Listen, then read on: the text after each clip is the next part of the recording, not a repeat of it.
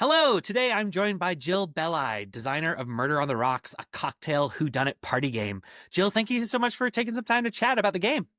Thank you for having me. I'm so excited. So, tell me about Murder on the Rocks. What is it and who's it for? So, Murder on the Rocks is a cocktail whodunit party game, which is And why it's it in the comes in a cocktail shaker shaker. glass. Uh, Brilliant. so, if you like games that use social deduction, like Werewolf is a very popular one, Yep. or another game that this is very similar to is Mysterium, this basically takes them and throws cocktails into the mix as a mechanic, and that's how you get Murder on the Rocks. So basically, the game works with someone's a murderer trying to murder one of you. So, and it is revealed using the cocktails. So it's for 21 plus, since it does have alcohol themes to it. All the characters are alcohol based. You have like Ricky Bellini or Ginny Tonic. So it's a really great party game, and you can play it without cocktails, so it can go younger, but because of the cocktail themes, we have it listed as 21 plus. If you like murder mysteries, you can create stories. That actually on Kickstarter, we're gonna have a drink book that has an entire backstory to the game itself. So that's something that a lot of people have been saying they wanted, and I was really excited to kind of create that story. So if you'd like to get that story and kind of play the characters how they are in the story, you can, and you can create your own story as well with the characters. So yeah, tell me a little bit more about that theme because, like, I think oftentimes you'll have, oh well, it's a murder mystery game. There are lots of murder mystery games out there, and but this one is quite different. Like you're leaning a little bit more into this kind of cocktail theme than other. I mean, your artwork is beautiful. Kind of gives me this kind of, I don't know, like Art Deco-y, Gilded Age type vibe, and which is obviously very in right now. But yeah, tell me more about how the theme of cocktails is brought into the kind of murder mystery dynamic. Sure. So, like I said, you make a cocktail and you are at a cocktail party. I tried to create an immersive experience when I made this. So, as you can see, there are blindfolds Okay. inside. This is to help kind of create that masquerade theme, right? So, it is masquerade themed. You're at a masquerade ball. And what is a ball without dancing? So, part of the kill phase, you actually stand up and out of your chair and put on your favorite song and dance to it, all while one of you was being murdered. And that's kind of one of the things that really, when I tell people about the game, they're like, "Oh my God, you created a dance party." I was like, "Yeah, that's what I wanted. I wanted this to be as interactive as I could, so that you're creating the story of being at the masquerade. You become Ginny Tonic or Ricky Bellini." And I love the names. I love the names. And interestingly, it's a game for 5 plus, right? So it's starting at 5 players, which is great because there are so many great party games out there. But the ones that are enable you to have more players often are just more flexible and offer more kind of in terms of replayability. Was that like a big part of kind of why you designed it the way you did? Sure. So I have a big family. I Yeah. have there's 13 of us, including my siblings' parents and all of their children, all of my nieces and nephews. So I wanted to create something that kind of made it possible for all of us to kind of play together. So as you heard, I said I have 13 people. So a 5 to 10 really doesn't work, right? Well, I also created two expansions for the game, so you can go up to 20 players if you got the expansions. The base game goes to 10, but the expansions go up to 20. So I wanted to create a party atmosphere with the game. So that was the idea behind having a larger player count. And so, in terms of like when you've seen, I'm sure you've obviously played it. You've seen it play tested by other people. What do you love most? Is it like, I mean, the puns are brilliant, but but what do you love most about the game? So I'll take it two sides to this.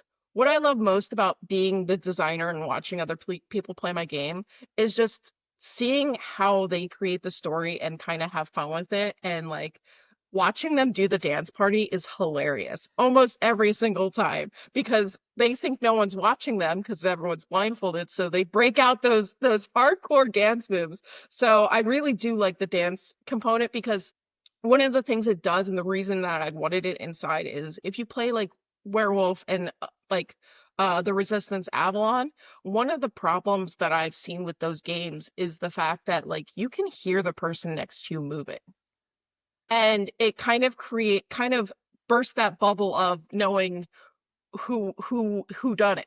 So to kind of mitigate that, I added that dance party theme so that everyone's moving. I've seen people sing to the songs because I'll play like whatever's popular right now, and they'll be singing to the song. So even when they're trying to murder someone, one of the other players, they're singing. So it just people can't tell who did it because of that. So that's one of the things I like. So I noticed that you had vials sitting there. There were two vials. Can you tell me a little bit about those? Sure. So the vials are the murder weapon and the essence of envy. Essence of They Yeah, so they actually come empty in the container with the game for you to fill whatever you want. You put again whatever you want into these. One is used to reveal the victim. So the killer during the kill phases, there are multiple kill phases, will use the vial to murder their victims. And the way they do that is they'll take it and they'll put it into their drink to simulate murder. Very similar to poison. There are multiple weapons, by the way, in the game, not just poison, but I thought it'd be a cool thematic idea to have poison kind of be the It's a way. cocktail party. I Yeah, mean, yeah, yeah, you're not going to bring out an axe or anything like yeah, yeah. that. Someone actually did give me an idea of doing like a printed knife, Oh. and because that was one thing that happened during a playtest, is someone pulled that out. So that might hit the Kickstarter. You don't know. The other one is the Essence of Envy, which is the climax of the game. So you'll use the Essence of Envy to reveal the loser of the game. Most you reveal the winner. In this, the Essence of Envy is to reveal the loser. So the accused, which has the most votes over 4 rounds of the game, will take the essence of envy and place it into either their drink, if they are the murderer, or everyone else's. And Interesting. that's basically the two vials that come with the game. And so when you were like testing this, I imagine it was really fun just to kind of watch everybody play the game. But like, how did you go about play testing? Did you have to like role play as the murderer versus role play as all the different characters? I know you say it goes up to 20 characters with different expansions, so like there are a lot of different possibilities there. How did that work? So to play test, it's mostly the roles. So the characters, they have different items within there. So like there's the Ginny Tonic, who is the eccentric inventor, which was kind of based off me until you look at the character and the way my artist drew it, and she's an old lady, and I was like, well, that's How nice of you. yeah. She has like spiders and tattoos and stuff like that. So like the character cards play a role in the clues. So if you look at the clues, you can kind of see like you'll see like a spider maybe in one, or you'll see the inventor's book. You really have to look at the clues to see everything about the game. So it was really about testing the roles and how they worked, how the murderer and the innocent roles worked. So it became difficult because, as the designer, obviously, I want to test all the roles, but every single time we would test, I never got the murderer. I was actually almost every time you could tell I got innocent because I would like bang the table and be like, um, but my partner actually rigged some of the playtests because they were watching from the sidelines. So basically, they shuffled and made sure that I got the murder card so that I could test the vials and see how they worked in the game. So that's kind of how playtesting worked, and it evolved from there. Eventually, there are going to be 2 additional roles in the new Blood expansion, where there's going to be a witness and a accomplice and things like that. So I had to test each role to make sure that they specifically worked for the game. So at the very end of the game, uh, the person that is accused, you'll vote on who to accuse, and it's cumulative throughout the game. Whoever has the most votes at the end will take this vial called the Essence of Envy and put it into either their drink if they are the murderer, or everyone else's if they're not, because obviously they're envious. So again, that immersive kind of play just really gets me every single time. So that's the things that I like about the game. Awesome. And in terms of how this kind of works, how the different vials work. So you're using these like tinctures to both murder and kind of help reveal either whether or not you are the murderer or not, which is lovely storytelling there. What is the like how do you actually murder someone? When do you put like are you is the idea that the liquids in these are different colors and then you see which one somebody somebody gets or do you like whisper to them or do they how does that whole how does that process work?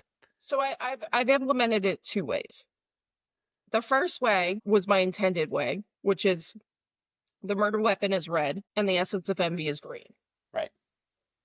So in theory, it would change the color of the drink. You would Yep. see it floating. It does float. Specifically, grenadine does. So the idea was this was going to be grenadine, Grenadine. and Okay, this cool. was going to be melon liqueur. Okay. So you would put it into their drink. You would see it floating and things like that. As I went out to the public and started talking about this, people said, you know what would be really funny? What if I put hot sauce in this? Oh, And something else nasty in this. And I was like, I love it. That is such a great idea. So no, you no. can do it two ways. These files come completely empty. So you It can is do up what you to want, you right? on how you want to create the story. Do you want to punish your friends or you want to make a tasty cocktail? It's up to you. You make it fun. It's your game once you get it from me. So if you do it where it's not colored, what you do is you would tap them on the hand some way to get them to take their mask off so that they can see it. But that's basically how the selection works. Wow. Okay. Very cool. Very cool. So where can people find out more about you, about the game? So we are live on Kickstarter right now. So if you'd like to go to our Kickstarter page and back it, you can go there. If you'd like to hear more about the game, you can check us out on Facebook and Instagram. We are Misfit Mixer Games. Nice. Misfit Mixer Games. Awesome. Well, Jill, thank you so much for taking some time and to show me the game today. As Jill mentioned, they are live on Kickstarter right now. You can find all of their kind of contact details, Facebook, Instagram information, as well as a link to the Kickstarter campaign in the description below. Thanks, Jill. Thank you.